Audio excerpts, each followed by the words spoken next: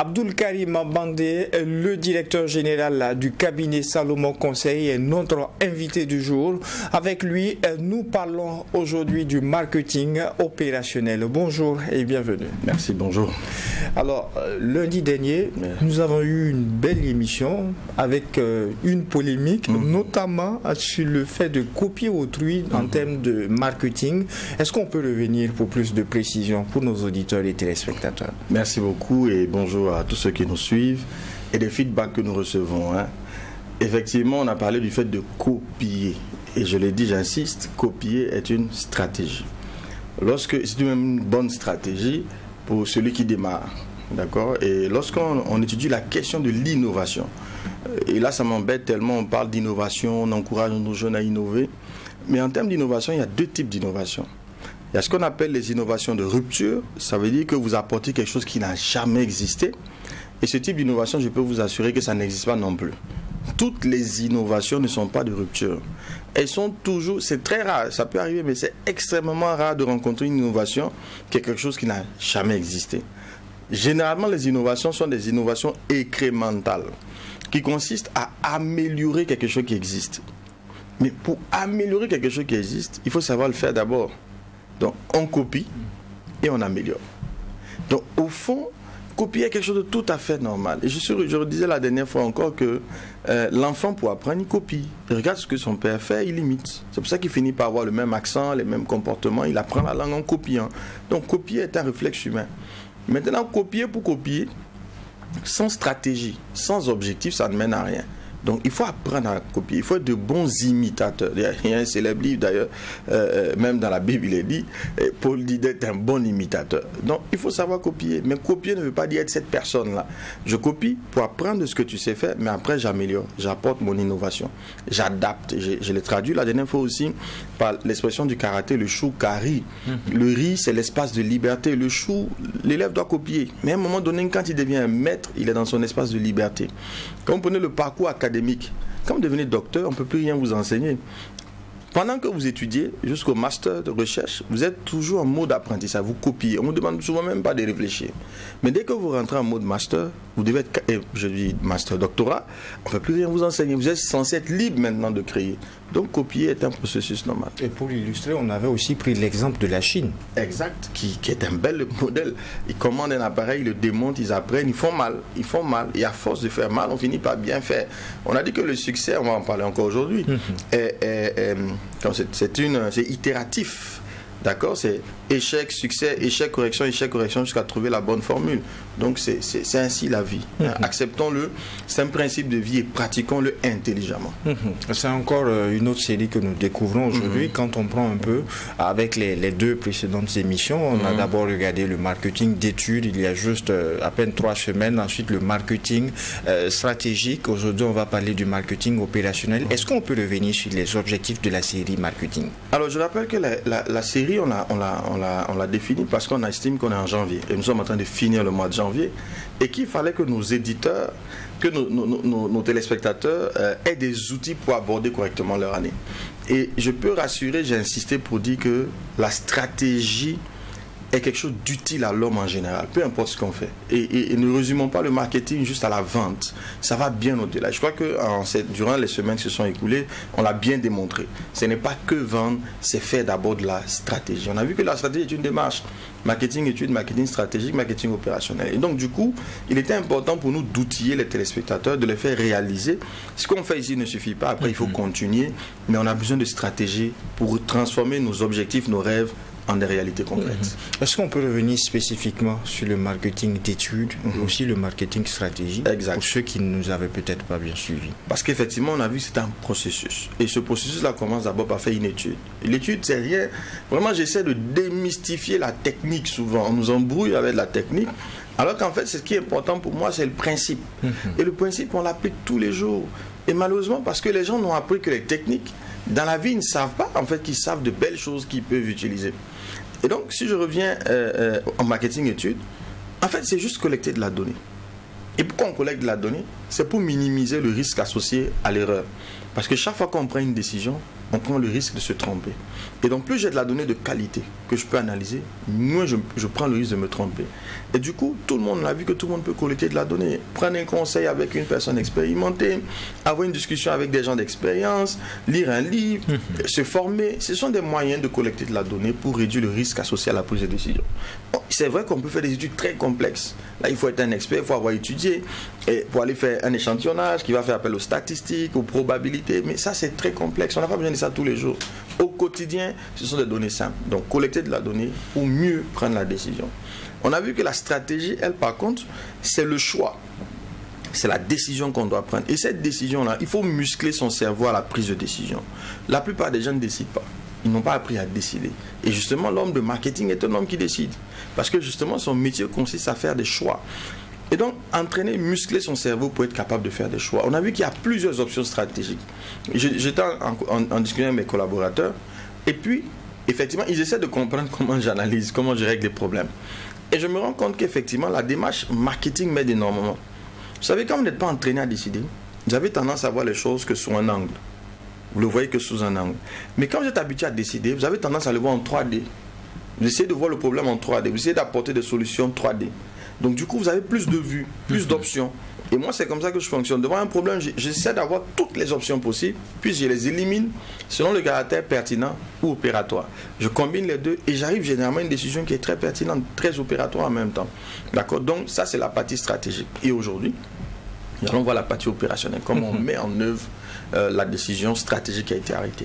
L'autre chose que nous apprenons aussi dans l'étude de ces différentes stratégies liées au marketing ou à l'étude, c'est que ça ne se limite pas seulement qu'à l'aspect d'une société, à l'aspect commercial. Ça s'adapte à notre vécu, ça s'adapte à ce qui nous arrive tous les jours. Tous les jours.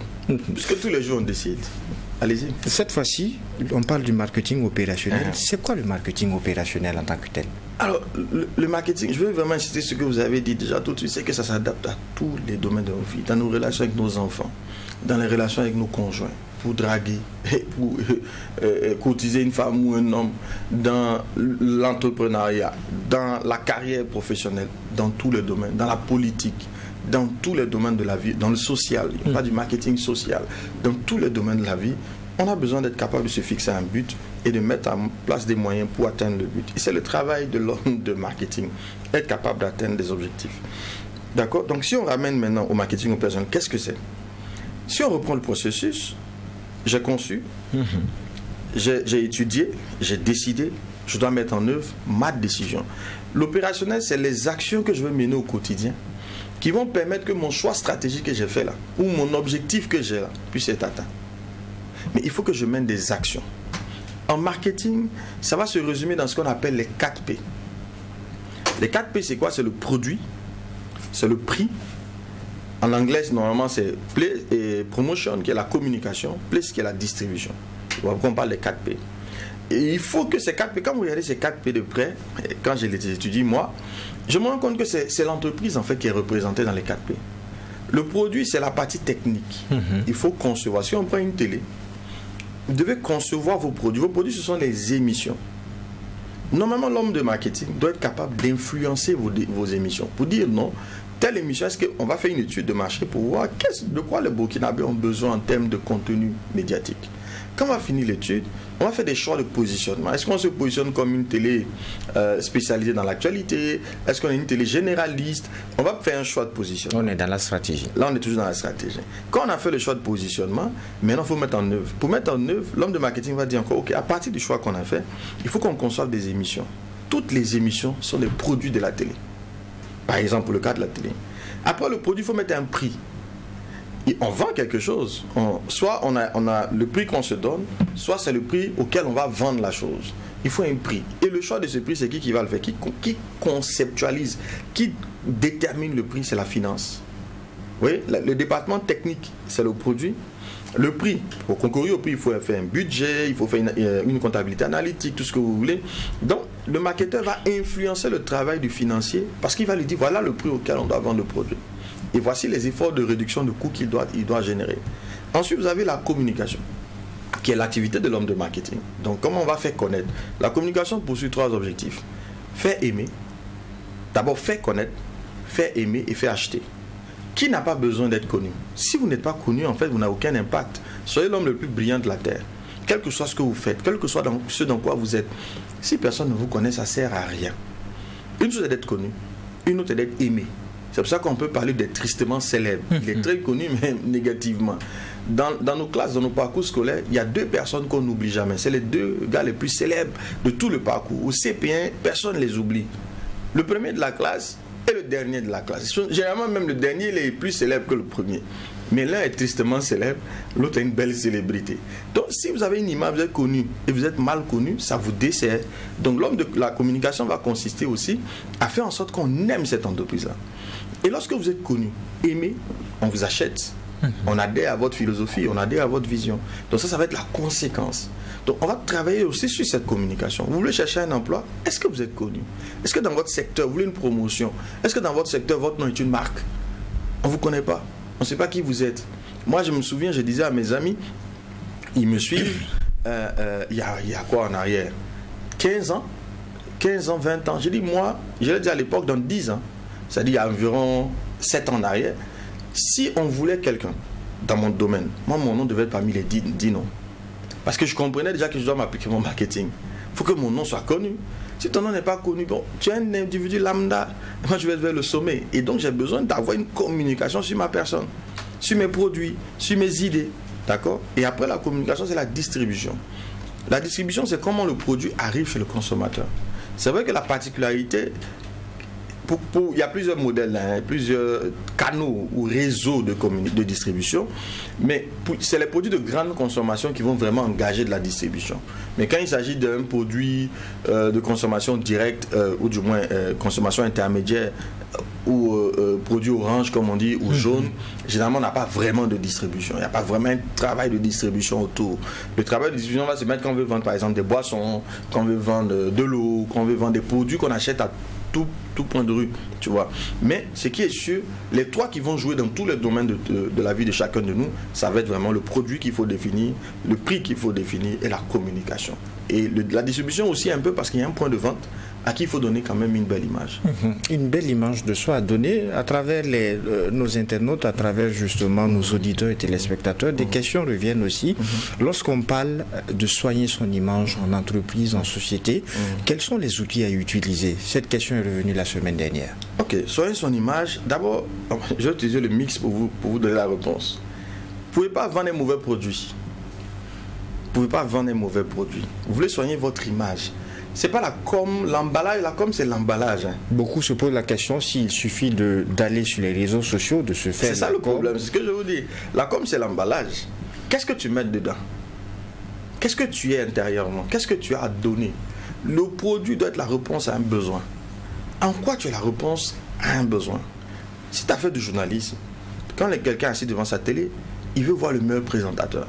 Il veut que pendant le temps qu'il va être devant sa télé, ce présentateur lui donne envie de rester là. Lui envoie des sujets, envoie des questions, d'une manière à ce que lui, ça lui apporte quelque chose. Il n'a pas le sentiment de perdre son temps. Est-ce que tu as cette réponse-là?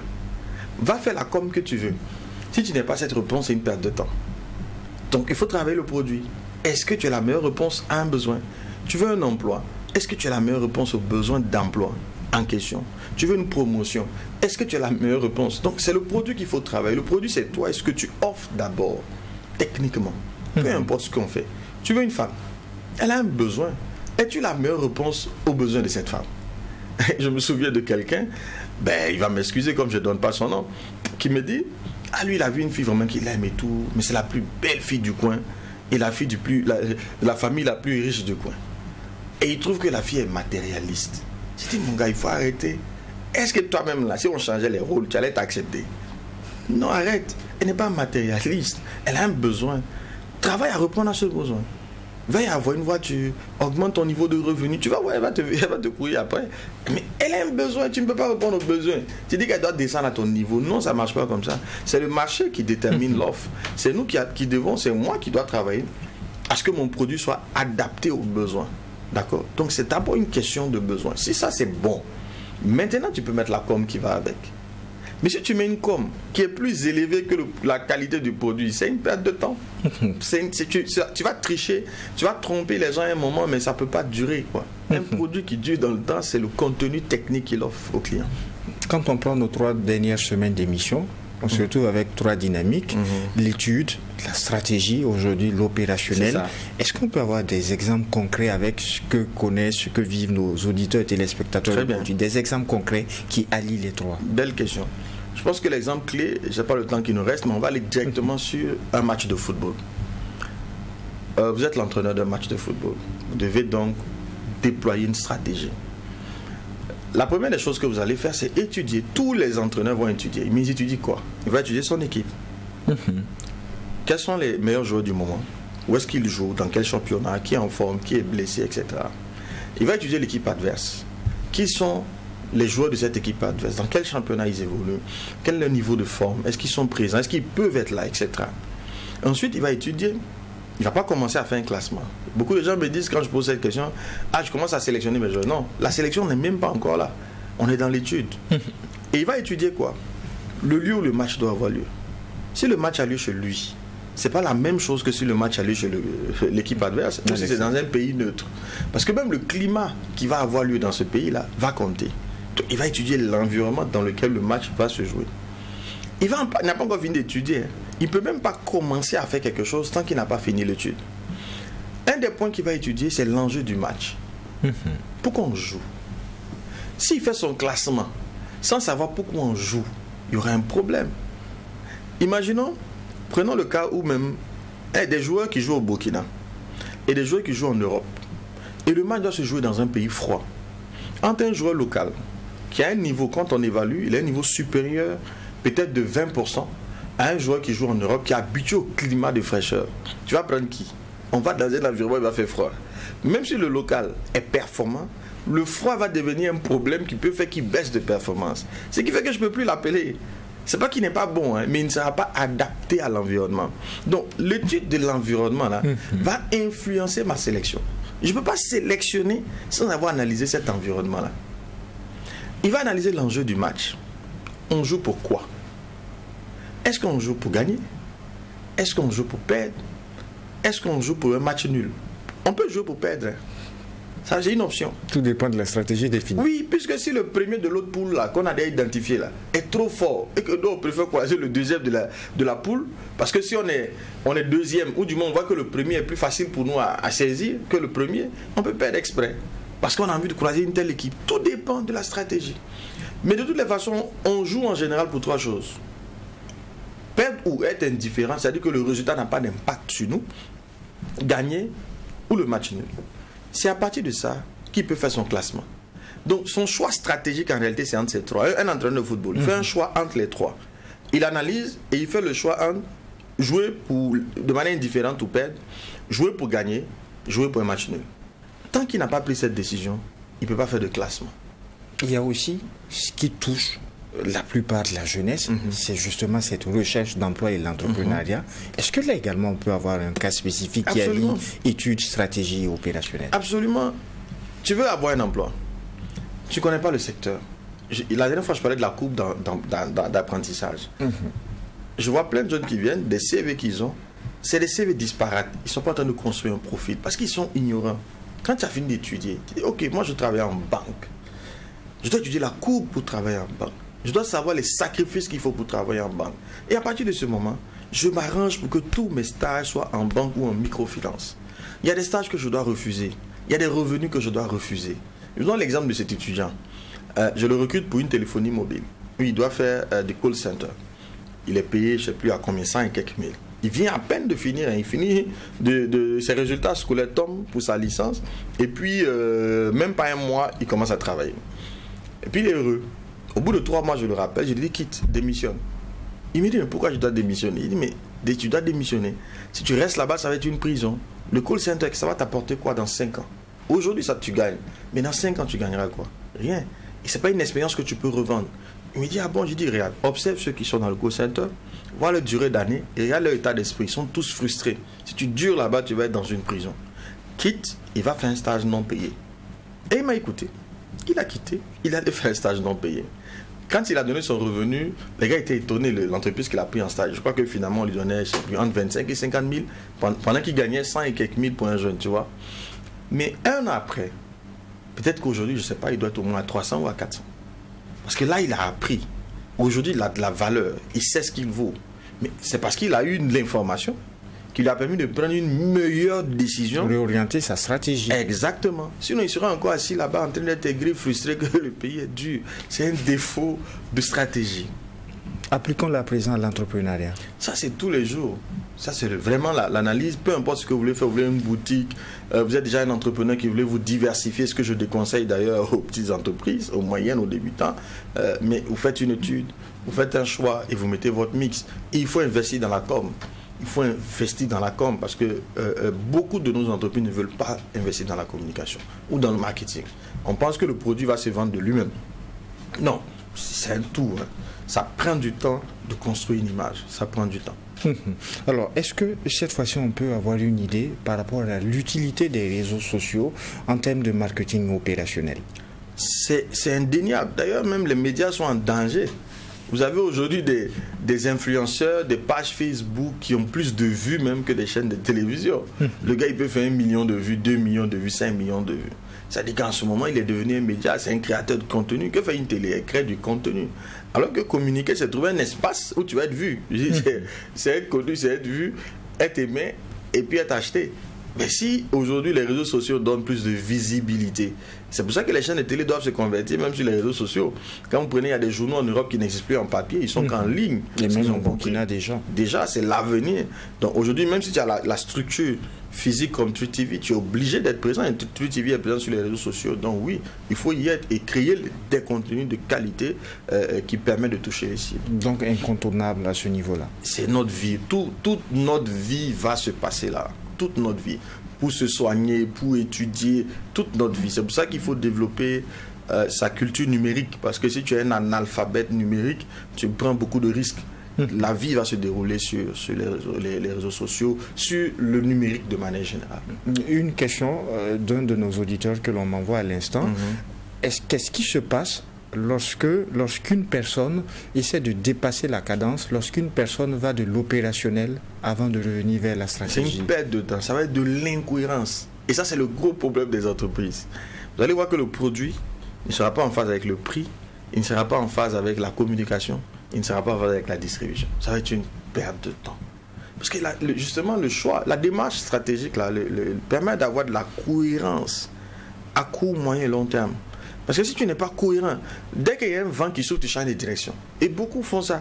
Ils commencent à faire un truc, quand il y a un concurrent qui apparaît, il y a une difficulté, il change toute sa stratégie. On ne gagne pas une guerre comme ça. On gagne une guerre maintenant ses positions. C'est risqué un choix stratégique. Mais il faut maintenir la position jusqu'au bout. Mais si on est ballotté, moins de tendance, moins de mouvement, il faut se réadapter. Vous voyez, c'est très mortel. Est-ce peut-être la raison pour laquelle certains entrepreneurs se lancent sur 2-3 chantiers à la fois, espérant avoir une réussite à quelque part? Ça, c'est la pire des bêtises à faire. Et je déconseille, et ceux qui me suivent le savent, la diversification a tué énormément. Et d'ailleurs, on a une communication vendredi lors de ce qu'on appelle les conférences publiques de IST Ouaga 2000. Et ça, je vous invite. Ce sera, tous ceux qui nous suivent, hein, c'est ouvert. Et ce sera sur l'investissement. La différence entre l'entrepreneuriat et l'investissement. Ce que vous dites, en fait, ce sont les investisseurs qui font ça. Les grands patrons. Oui, il est à la tête d'un groupe, il a 4, 5, 6, 10 entreprises. Mais en réalité, un entrepreneur ne peut pas faire ça. Il faut être un investisseur pour faire ça. Il y a une nette différence, malheureusement, qui est peu connue. Un entrepreneur doit faire une seule chose à la fois. Beaucoup, oui, ils vous disent non, je possède ça, mais allez regarder dedans, il n'y a rien. Ils perdent de l'argent. Ils perdent de l'argent, ils créent des branches mortes. Et là, son business de base, là, tous les revenus de ce business sont absorbés par ces branches mortes. C'est ce que font les travailleurs, et c'est ça le sujet du vendredi. C'est ce que font les travailleurs quand ils veulent entreprendre. Ça n'a pas de sens en fait. Tu peux pas faire deux choses à la fois. Donc il finit par tuer il ne fait pas bien son boulot et là c'est mauvais parce que tu t'endettes spirituellement, c'est un crédit. Tu es payé pour faire un travail que tu fais pas. Il ne faut pas rêver, hein, ça va te rattraper. Donc fais ton job. Mais il dit non, j'entreprends. Il fait un job et puis il entreprend. Rien ne marche au final. Il perd du revenu. C'est le cas pour les entrepreneurs. Tu as une entreprise, tu fais d'autres choses. Je vous dis, moi ça fait 15 ans. je fais Salomon Conseil, 15 ans. Et quand je suis dans IST, je suis en tant qu'actionnaire, mais c'est toujours dans l'enseignement, il y a une cohérence dans mon action. Mais si je me mets à faire, bientôt je vais commencer à me diversifier, parce que j'apprends maintenant à devenir investisseur. Et par exemple, pour devenir investisseur, j'ai fait un certificat en gouvernance d'entreprise l'année dernière, que j'ai terminé en décembre dernier, qui m'a coûté près de 4 millions. Pour justement apprendre à mettre de la gouvernance. C'est lorsqu'on arrive au stade de la gouvernance, au-delà du management, qu'on peut s'autoriser à se diversifier. Et ça, je me prépare à aller vers ça. Oui, mais ça prend, c'est un schisme, c'est un autre paradigme. Oui, malheureusement, des entrepreneurs qui ne comprennent pas, et se mettent à se diversifier, et puis bonjour le problème. C'est de l'endettement, c'est des migraines. Et ça marche rarement, très rarement. Quel est votre mot de fin et à l'intérieur des précisions par rapport à cette conférence de vendredi? À quelle heure est-ce que ça se passe? Est-ce que c'est l'accès est gratuit pour ceux et celles qui voudront? L'accès est gratuit, vous êtes invités, ça s'adresse aux professionnels en général, parce que nous voulons être une solution pour eux. Donc c'est ouvert, ça va se tenir à partir de 18h30 à IST Ouaga 2000. C'est vrai qu'on est sur 2 sites à IST Ouaga 2000, on est à Azimo et on est sur France-Afrique. Juste avant d'arriver à 500 mètres de Palace Hôtel, je fais de la pub malheureusement, on est à gauche, entre UBA et Banque Atlantique. Votre mot de fin à présent? Vous savez que le véritable but de la vie, c'est d'être heureux. Soyez heureux. Et bonne année encore 2025.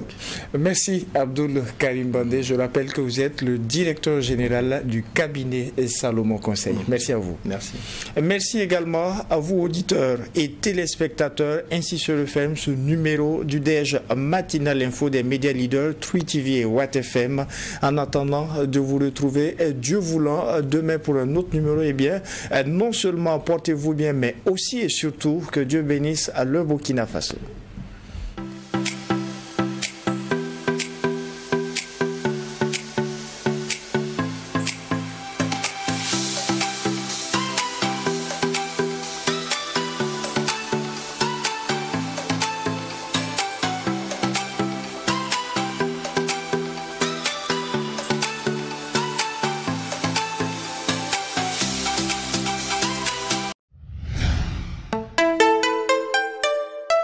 TV, la télé interactive.